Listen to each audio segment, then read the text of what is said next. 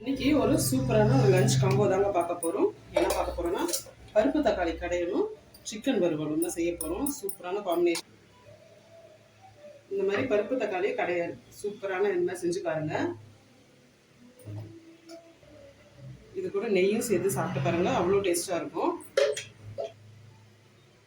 Chicken gravy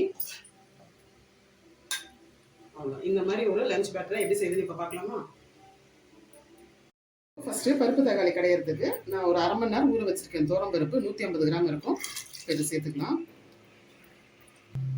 இது கூட ஒரு அரை ஸ்பூன் ஜீரகம், அரை ஸ்பூன் வந்துட்டு மஞ்சள், கொஞ்சம் போல் பூண்டு. ஒரு பெரிய பல் பூண்டாக இருந்தால் ஒரு 5 பல் எடுத்துக்கோங்க. சின்ன சின்னதாக இருக்கவே இவ்வளோ எடுக்கிறேன். அப்புறம் கட்டி பெருங்காயம் கொஞ்சம் எடுத்துருக்கேன். இப்போ எல்லாத்தையும் சேர்த்துக்கலாம்.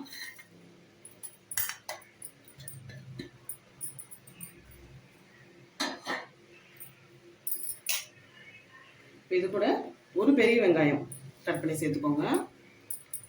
இது கூட ஒரு 3 பச்சை மிளகாய் சேர்த்துருக்கேன். 2 உடச்சி வச்சுருக்கேன். அதை அப்படியே சேர்த்துக்கலாம். இதுக்கு வந்து இப்போது தக்காளி கொஞ்சம் அதிகமாக சேர்க்கணும். நான் ஒரு வெங்காயம் எடுத்துருக்கேன். அதுக்கு நல்லா பெரிய தக்காளியாக 2 தக்காளி எடுத்துருக்கேன். இதை சேர்த்துக்கலாம்.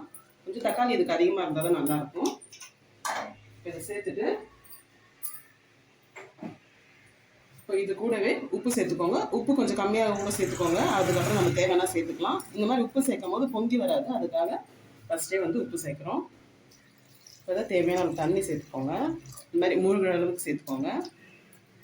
அவ்வளோதான். இப்போ இதை ஒரு 3 விசில் வச்சு எடுத்துக்கலாம். இப்போது சிக்கன் கிரேவி செய்யறதுக்கு ஃபஸ்ட்டு ஒரு மசாலா அரைச்சிக்கலாம். ஜீரகம் அரை ஸ்பூன், மிளகு அரை ஸ்பூன், சோம்பு அரை ஸ்பூன். இதில் 3த்தையும் ட்ரை ரோஸ்ட் பண்ணிக்கலாம். பண்ணிவிட்டு இதை வறுத்து பொடி பண்ணி சேர்த்தா நல்லா வாசனையாக நல்லாயிருக்கும். அதனால ஃபஸ்ட்டு இதை வறுத்து எடுத்துக்கலாம். இப்போ இது நல்லா வறுப்பட்டுருச்சு. இப்போ இதை ஒரு ஜாருக்கு மாற்றிட்டு ஆறுனதுக்கப்புறம் இதை வந்து நல்லா பவுடர் பண்ணி வச்சுக்கலாம். இப்போது ஒரு கடாயில் எண்ணெய் சேர்த்துக்கலாம். இப்போ எண்ணெய் காஞ்சிருச்சு. எண்ணெய் காஞ்சதும் ஒரே ஒரு வெங்காயம் பொடியாக நறுக்கி சேர்த்துருக்கேன். இதில் இந்த வெங்காயம் வந்து நல்லா வதங்கணும். இது கூடவே ஒரு கொத்து கருவேப்பிலை இதையும் சேர்த்து நல்லா வதக்கிடுங்க. இப்போ இது கூட ஒரு தக்காளி சேர்த்துக்கோங்க. சேர்த்து இதையும் நல்லா வதக்கிடலாம். இப்போ இதுக்கு தேவையான உப்பு சேர்த்துக்கலாம். சேர்த்து இந்த தக்காளி வந்து நல்லா வெந்து வரட்டும்.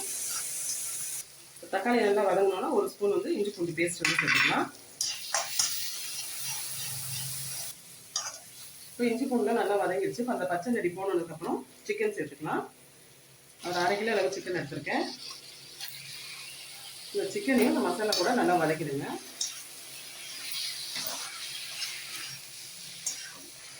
இந்த சிக்கனை வந்துட்டு ஒரு 2 நிமிஷம் போல் இந்த மசாலாவோட நல்லா வதக்கியாச்சு. இப்போ வந்து மஞ்சத்தூள் ஒரு அரை ஸ்பூன் வந்து மஞ்சத்தூள் சேர்த்துக்கலாம். குழம்புத்தூள் வீட்டில் அரைச்சா குழம்புத்தூள் இது ஒரு 2 ஸ்பூன். உங்களுக்கு காரம் எவ்வளோ வேணுமோ அந்த அளவுக்கு சேர்த்துக்கலாம். ஏன்னா மிளகும் நம்ம அதை ஃபைனலாக சேர்க்க போகிறோம். அதனால 2 ஸ்பூன் சேர்த்துக்கிறேன். சேர்த்துட்டு இந்த சிக்கனை ஃபஸ்ட்டு இதில் நல்லா வதக்கிடலாம். இப்போ வந்து சிக்கனை வந்து இந்த மசாலாவோட நல்லா வதக்கியாச்சு. இப்போ இதில் தண்ணி சேர்த்துக்கலாம். தண்ணி வந்து ஒரு டம்ளர் சேர்த்துக்கோங்க. ஏன்னா சிக்கன்லேயே தண்ணி விட்டு வரும். அதனால தண்ணி வந்து கொஞ்சம் கம்மியாகவே சேர்த்துக்கலாம். சிக்கன் வந்து நல்லா வேகட்டும். இது அப்படியே இருக்கட்டும். சிக்கன் வந்து நல்லா வேகட்டும். இப்போ பருப்பு நல்லா வெந்துருச்சு. இப்போ இதை ஒரு மேஷரோ இல்லை மத்தோ வச்சு நல்லா கடைஞ்சிக்கலாம். இப்போ பாருங்கள் நல்லா கடைஞ்சாச்சு. இந்த அளவுக்கு கடைஞ்சி வச்சுக்கோங்க. இப்போ இதுக்கு ஒரு தாளிப்பு கொடுத்துடலாம். தாளிக்கிறதுக்கு ஃபஸ்ட்டு எண்ணெய் சேர்த்துக்கிறேன். இப்போ எண்ணெய் காஞ்சதும் ஒரு அரை ஸ்பூன் போல் கடுகு. இப்போ இதில் ஒரு 3 வரமிளகாய் 2 கிள்ளி வச்சுருக்காங்க சேர்த்துக்கலாம். சின்ன வெங்காயமாக ஒரு வெங்காயம் நான் வெளியில் வாங்கி நச்சு வச்சு நிறைய சேர்த்துக்கலாம். இது கூட ஒரு கொத்து கருவேப்பிலை சேர்த்துக்கலாம். சேர்த்து இப்போ நல்லா வதங்கட்டும். இது கூட கொஞ்சமாக பெருங்காயத்தூள் சேர்த்துக்கலாம். சேர்த்து இது வெங்காயம் நல்லா வதங்கட்டும். இப்போ வெங்காயம் நல்லா வதங்கிடுச்சு. இப்போ இது கூட ஒரு 1/4 டீஸ்பூன் அளவு காஷ்மீரி சில்லி பவுடர் சேர்த்துக்கோங்க. கொஞ்சம் கலர்ஃபுல்லாக நல்லாயிருக்கும். அதுக்காக ஒரு தடவை இப்படி கலந்துட்டு நம்ம பருப்பில் சேர்த்துக்கலாம். பருப்பில் சேர்த்துக்கலாங்க. பருப்பு வந்து கொஞ்சம் நல்லா கொதிச்சு வரட்டும். இப்போ இதில் ஒரு சின்ன நெல்லிக்காய் சைஸ் புளி எடுத்து கரைச்சி இதில் சேர்த்துக்கோங்க. அப்போ தான் டேஸ்ட் வந்து நல்லாயிருக்கும் நம்மளுக்கு. அவ்வளோதான். இப்போ இது நல்லா கொஞ்சம் கொதிச்சு வரட்டும்.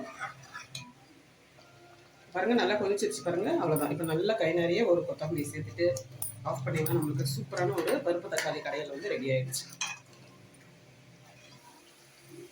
பாருங்கள் சிக்கனில் வந்து நல்லா வெந்து சிக்கன் நல்லா சூப்பராக எண்ணெய் திருப்பி வந்துருக்கு பாருங்கள், அவ்வளோதான். இந்த ஸ்டேஜில் வந்துட்டு நம்ம இப்போ வறுக்க அரைச்ச மிளகு ஜீரகம் சோம்பு அந்த பவுடர் சேர்த்துக்கலாம்.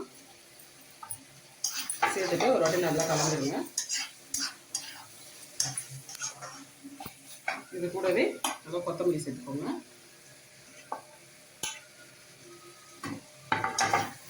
சேர்த்து நல்லா கலந்துருங்க. இப்போ நமக்கு சிக்கன் வறுவலும் ரெடி ஆயிடுச்சு. அவ்வளோதாங்க, சூப்பரான காம்போ இன்னைக்கு பருப்பு தக்காளி கடையலும் சிக்கன் வறுவலும். இதே மாதிரி நீங்களும் ட்ரை பண்ணி பாருங்கள். எப்படி இருந்துன்னு சொல்லி கமெண்ட்டில் சொல்லுங்கள். மறக்காமல் தஞ்சை கிச்சன் கடை ஃபாலோ பண்ணிக்கோங்க, சப்ஸ்கிரைப் பண்ணிக்கோங்க. தேங்க்யூ.